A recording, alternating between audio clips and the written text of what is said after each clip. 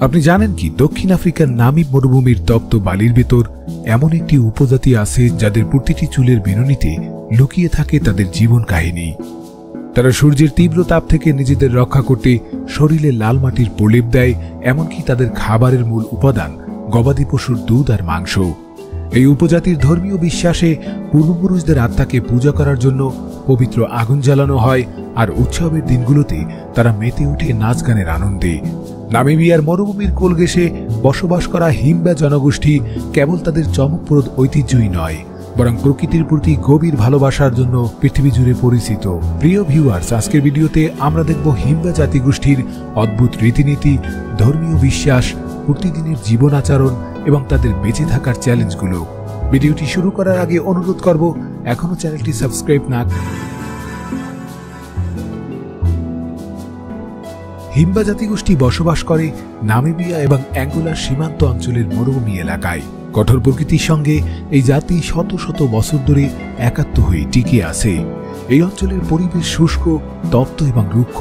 বছরের বেশিরভাগ সময় এখানে বৃষ্টির দেখা মেলে না, কিন্তু প্রকৃতির এই চ্যালেঞ্জই তাদের জীবনযাত্রার একটি অবিচ্ছেদ্য অংশ। পাহাড়, মরুভূমি এবং দূরদর্শী দিগন্ত জুড়ে ছড়ানো সৌন্দর্যের মাঝে হিম্বারা তাদের সংস্কৃতি ও ঐতিহ্য লালন করছেন। হিম্বা জাতিগোষ্ঠীর আধ্যাত্মিক বিশ্বাস ঘনিষ্ঠভাবে জড়িত তাদের পূর্বপুরুষদের আত্মা এবং প্রকৃতির সঙ্গে। তারা বিশ্বাস করে তাদের জীবন এবং পরিবেশ পূর্বপুরুষদের আত্মার আশীর্বাদে পরিচালিত হয়। তাদের প্রধান আধ্যাত্মিক রীতিনীতির কেন্দ্রবিন্দু হল পবিত্র আগুন, যাকে তারা বলে ওকারঙ্গু। এই আগুনকে তারা পূর্বপুরুষদের আত্মার সঙ্গে যোগাযোগের মাধ্যম হিসেবে দেখে। এটি সারাক্ষণ জ্বলন্ত অবস্থায় থাকে এবং এর কাছে প্রার্থনা করা হয় গোষ্ঠীর মঙ্গল এবং সুরক্ষার জন্য। তারা বিশ্বাস করে পূর্বপুরুষদের আত্মা জীবিত সদস্যদের সুখ দুঃখের অংশগ্রহণ করে।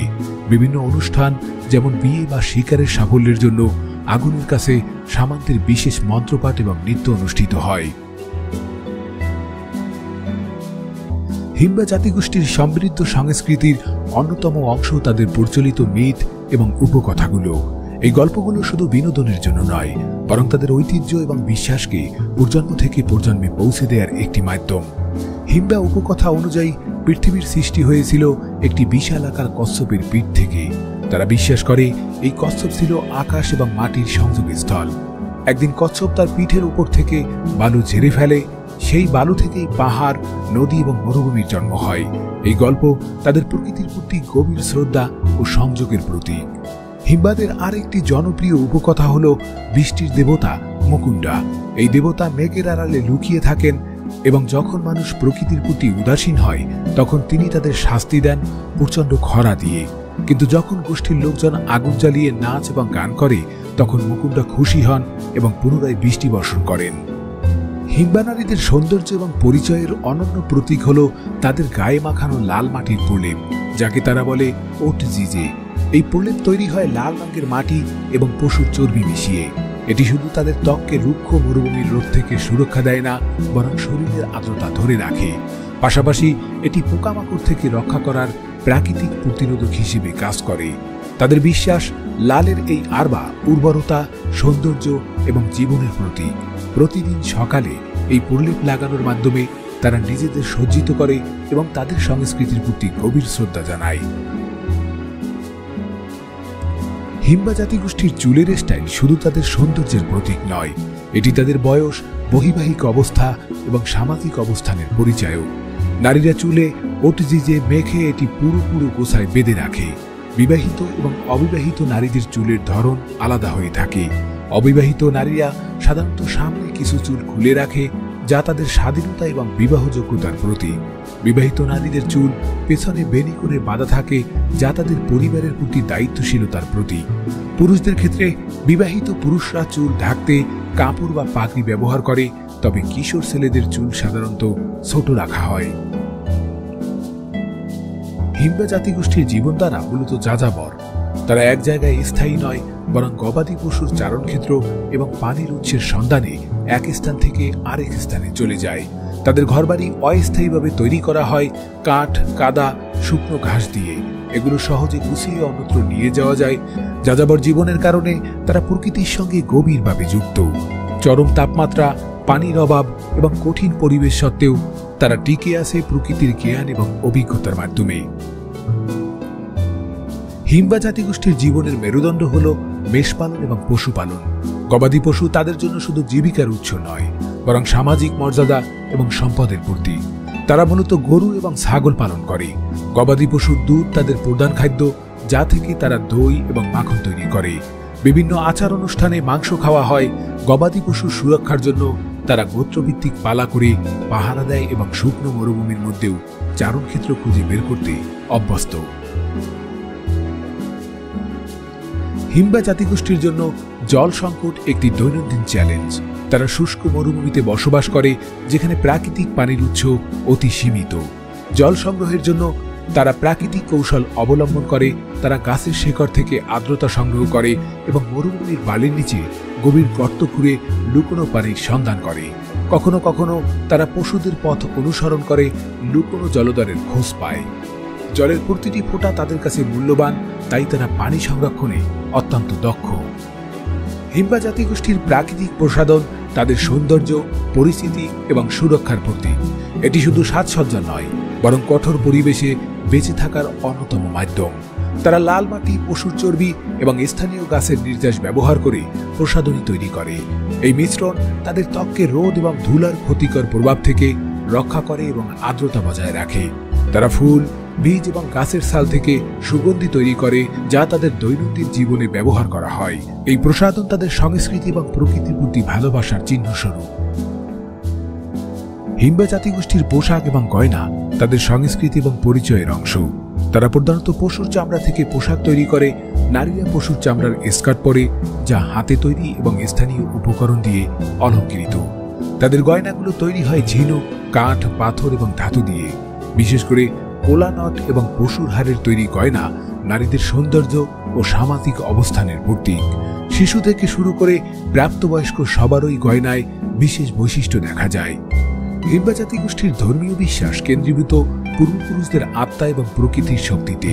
তাদের প্রধান আধ্যাত্মিক চর্চা হল পবিত্র আগুন, যা পূর্বপুরুষদের আত্মার সঙ্গে যোগাযোগের মাধ্যম। প্রতিটি হিম্বা গ্রামে একটি পবিত্র আগুন থাকে, যা সবসময় জ্বালিয়ে রাখা হয়। তারা বিশ্বাস করে আগুনের ধোঁয়া পূর্বপুরুষদের কাছে তাদের প্রার্থনা পৌঁছে দেবে। তারা শামানদের মাধ্যমে আধ্যাত্মিক আচার অনুষ্ঠান পালন করে। বিশেষ দিনগুলোতে নাচ, গান এবং আগুনের চারপাশে মন্ত্রপাঠের মাধ্যমে ধর্মীয় আচার সম্পন্ন করে। হিম্বা জাতিগোষ্ঠীর বিবাহ প্রথা তাদের ঐতিহ্য এবং সামাজিক সংহতির অন্যতম গুরুত্বপূর্ণ অংশ। বিয়ের আগে বরকে নিজের দক্ষতা প্রমাণ করতে হয়, সাধারণত একটি বড় শিকার ধরে তা গোত্রের কাছে উৎসর্গ করার মাধ্যমে। কন্যার পরিবার পাত্রের গবাদি পশুর সংখ্যা ও সামাজিক মর্যাদা বিবেচনা করে। বিয়ের দিন গোষ্ঠীর সবাই অংশ নেয়। কনের চুল বিশেষভাবে সাজানো হয় এবং লাল মাটি ও চর্বি মিশ্রিত অর্জিতি দিয়ে সজ্জিত করা হয়। নাচ, গান এবং খাবার ভাগাভাগির মাধ্যমে বিয়ে উদযাপন করা হয়। হিম্বা সমাজ পুরুষ প্রধান, কিন্তু নারীদেরও নির্দিষ্ট মর্যাদা রয়েছে। পরিবারের প্রধান সাধারণত বয়স্ক পুরুষ, যিনি গোষ্ঠীর সিদ্ধান্ত নেন। তবে নারীরা পরিবারের গুরুত্বপূর্ণ ভূমিকা পালন করে, বিশেষত গবাদি পশু ও সন্তান পালনে। সমাজ গোষ্ঠীবদ্ধ, যেখানে প্রত্যেকে নিজেদের দায়িত্ব ভাগাভাগি করে। বয়স্কদের জ্ঞান এবং অভিজ্ঞতাকে বিশেষভাবে মূল্য দেওয়া হয়। হিম্বাদের কিছু রীতি আধুনিক সমাজের কাছে অদ্ভুত মনে হতে পারে, যেমন দুই পরিবারের মধ্যে সম্পর্ক জোরদার করার জন্য কন্যাদের বিনিময় করা হয়, যা কন্যা বিনিময় প্রথা নামে পরিচালিত। অতিথি এলে তারা বাড়ির নারীদের শয্যা সঙ্গিনী হতে দেওয়া একটি সম্মানের বিষয় বলে মনে করে, যা পর্যটকদের আত্মীয়তার অংশ। হিম্বাদের মধ্যে দাঁতের রীতি প্রচলিত আছে। হিম্বারা বিশ্বাস করে সামনের নিচের দাঁত ফেলে দিলে সৌন্দর্য বাড়ে এবং এটি প্রাপ্তবয়স্ক হওয়ার প্রতীক। হিম্বা জাতিগোষ্ঠীর অস্থায়ী ঘরবাড়ি তাদের যাযাবর জীবনের সঙ্গে মানানসই। এই ঘরগুলো সাধারণত গোলাকার এবং ছোট আকারের, যা সহজে তৈরি এবং পরিবহনের সুবিধাজনক। তারা কাঠের ডাল দিয়ে কাঠামো তৈরি করে এবং সেটি কাদা, গোবর ও শুকনো ঘাসের মিশ্রণে ঢেকে দেয়। এই কাঠামো তাপ ধরে রাখতে এবং মরুভূমির শুষ্ক পরিবেশে আরামদায়ক আশ্রয় দেয়।